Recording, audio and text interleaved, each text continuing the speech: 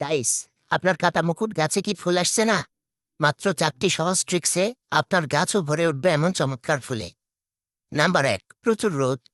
কাটা মুকুট একটি ক্যাকটাস জাতীয় গাছ, তাই দিনে অন্তত 5 থেকে 6 ঘন্টা কড়া রোদ পায় এমন জায়গায় এটিকে রাখুন।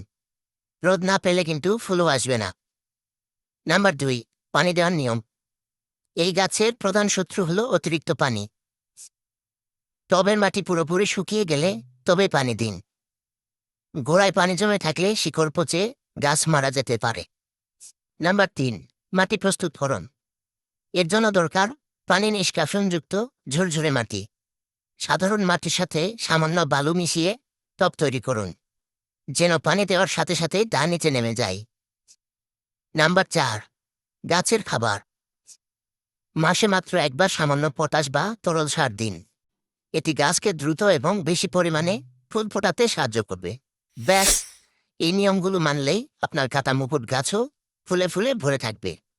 বাগান বিষয়ক এমন আরও দরকারি টিপস পেতে এখনই ফলো বা সাবস্ক্রাইব করে রাখুন।